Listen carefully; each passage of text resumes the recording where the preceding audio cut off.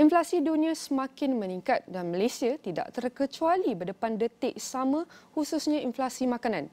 Haris Ashraf Hasnan ada angkanya. Silakan Haris. Baik Nina, kalau kita nak melihat kepada dari segi data inflasi, sudah tentu kita telah pun terutamanya dalam tempoh sebulan ini kita sering mengatakan berkenaan dengan isu inflasi, sama ada indeks harga pengguna secara menyeluruh ataupun kita melihat kepada khusus berkenaan dengan inflasi makanan.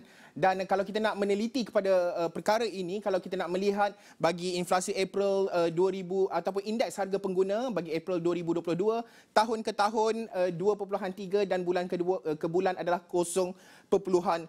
Dan secara jelas kita dapat lihat di sini bahawa makanan dan minuman bukan beralkohol. Ini jelas dosa menyatakan bahawa peningkatan yang paling ketara melibatkan makanan, terutama makanan di luar rumah. Apa yang kita faham berkenaan dengan makanan di luar rumah?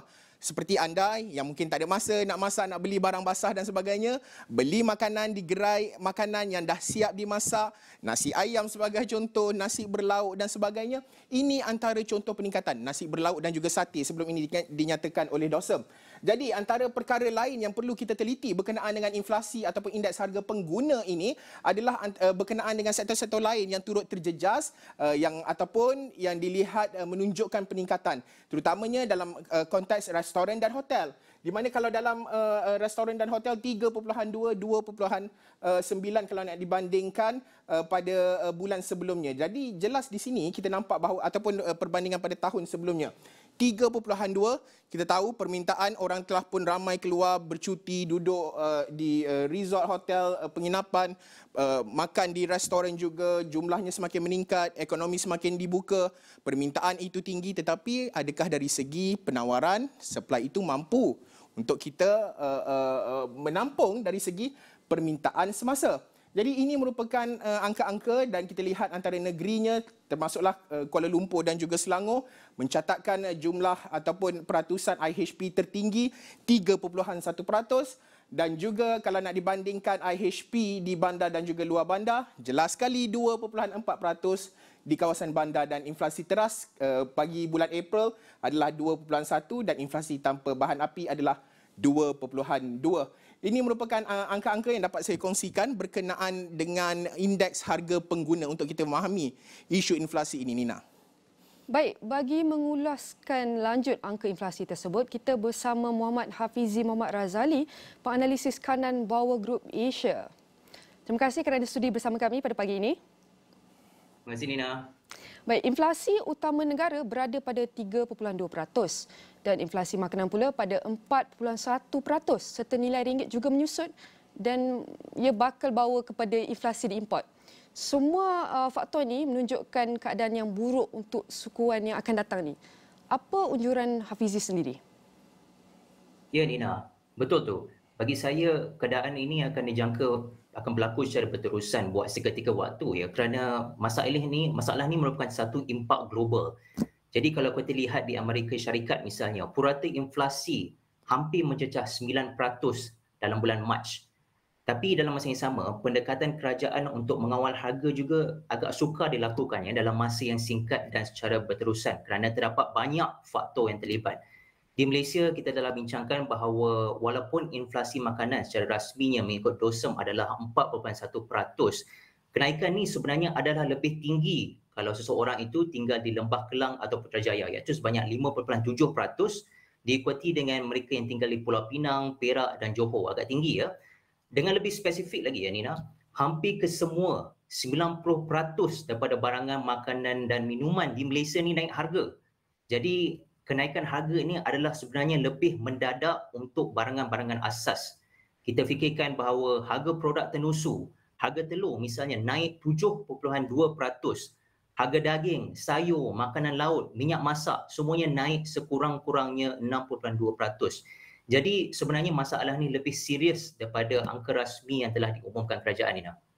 Hafizi, Haris di sini, kalau kita bercakap berkenaan dengan inflasi, sudah tentu apa yang kita lihat, apa yang dilakukan oleh kerajaan, mengawal harga dan juga melihat kepada termasuklah pengharaman ekspor menyekat, dan dari sini bagaimana dilihat, adakah ianya masih belum dirasai di peringkat pengguna, dan adakah langkah sedia ada ini dilihat mampu untuk mengawal kenaikan harga seperti ayam yang kita lihat peniaga-peniaga sukar untuk mengikuti harga siling yang ditetapkan itu, Hafizi? Ya, betul tu. Sebenarnya sekatan ekspor ni hanya satu cara ya, tapi cara ini tidak cukup. Kerana kalau kita lihat konteks tu dengan lebih meluas, keperluan ayam negara contohnya kalau kita guna ayam sebagai benchmark adalah 63 juta ekor sebulan. Tapi setakat Disember 2021, jumlah ayam kita ada hanya 61 juta seekor. Ini belum lagi ambil kira jumlah ayam yang kita ada sekarang ya. Walaupun kerajaan cakap bekalan makanan adalah cukup, tapi realitinya di pasaran kita ada masalah yang serius. Sebabnya penternak tempatan terpaksa mengurangkan kos disebabkan kenaikan harga seperti harga dada ayam yang kebanyakan yang diimport di Malaysia ya. Jadi bagi saya, sekatan ekspor ni hanya akan menambah bekalan paling lama pun hanyalah 2 hari saja, iaitu sebanyak 3.6 juta ekor sebulan. Jadi sebab itulah ya, impak polisi yang sebegini adalah short term dan tidak akan dapat memberikan kesan yang signifikan untuk pengguna-pengguna akhir seperti kita semua ni. Pertanian menyumbang sekitar 8% kepada KDNK kita, namun sebahagian besar adalah melibatkan sawit. Menunjukkan kita masih tidak lagi self-sufficient. Apa yang berlaku kini adalah seperti wake up call. Adakah kita sudah terjaga ataupun perkara utama yang perlu kita lakukan? Betul tu. Sebenarnya Malaysia ni adalah sebuah negara yang net importer ya. Jadi kebanyakan barangan makanan yang kita ada di Malaysia ni adalah diimport, termasuklah beras tu sendiri. Jadi saya setuju, kita perlu ada nombor satu, polisi yang berskala besar dan nasional untuk meningkatkan kadar food security ya. Bukan saja dalam pertanian seperti yang kita bincangkan, tapi juga penternakan perikanan. Kerana kita perlu kurangkan kebergantungan import, kebergantungan makanan yang diimport dari luar negara. Yang kedua, satu strategi yang lebih mengadaptasikan penggunaan teknologi pertanian terkini juga adalah perlu untuk meningkatkan kadar produktiviti pertanian tempatan dan juga untuk memberikan pulangan yang lebih berbaloi kepada petani tempatan. Jadi kita tidak mahu ada gambaran bahawa petani tempatan tidak dapat menyara hidup diri dan keluarga mereka. Perkara ini sebenarnya telah dilakukan di negara-negara maju ya, seperti di Jepun, Korea Selatan dan juga Belanda. Dan bagi saya akhir sekali adalah kita perlu menyediakan lebih banyak insentif untuk menggalakkan lebih banyak penduduk dan syarikat tempatan untuk menceburi bidang pertanian. Terutamanya secara komersial ya. Kita lihat kerajaan telah melihat kepada usaha-usaha ini seperti dalam bajet 2021, kerajaan mengumumkan bahawa tanah-tanah tebiar kerajaan boleh digunakan untuk tujuan-tujuan sebegini. Tetapi kita perlu ada satu koordinasi ya secara menyeluruh supaya kita dapat mewujudkan satu rangkaian bekalan makanan tempatan yang berkesan. Kerana kita tidak mahu bahawa mereka yang ingin mengambil kesempatan menggunakan tanah tebiar ni bukan untuk tujuan pertanian tetapi untuk tujuan-tujuan komersial lain. Ini adalah satu kemungkinan ya. Hafizi, kalau kita bercakap berkenaan dengan dari segi bantuan tunai lah, PM nak tarik sebelum ini umum tarik subsidi kepada penternak dan nak dibagi kepada golongan B40 ataupun mereka yang terjejas akibat kenaikan harga ini. Ada cadangan supaya subsidi pukal ditarik balik. Bagaimana bantuan tunai ini mampu untuk meredakan dari segi kenaikan inflasi yang berpunca daripada faktor global ini, Hafizi? Okey, kalau kita ikut kajian Bank Dunia sebenarnya, bantuan tunai ataupun cash transfer ini merupakan satu intervensi yang sangat efektif, terutamanya untuk golongan yang paling memerlukan. Dalam konteks Malaysia adalah golongan B40 ya.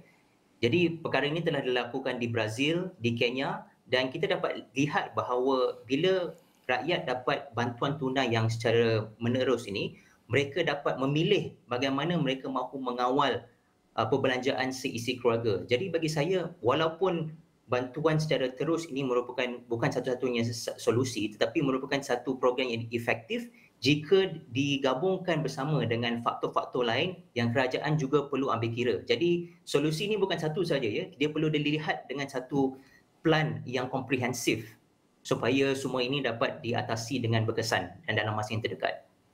Baik, berbagikan beberapa minit sahaja, apakah gangguan rantaian bekalan juga menjadi penyumbang besar? Ini adalah di luar kawalan kita semua.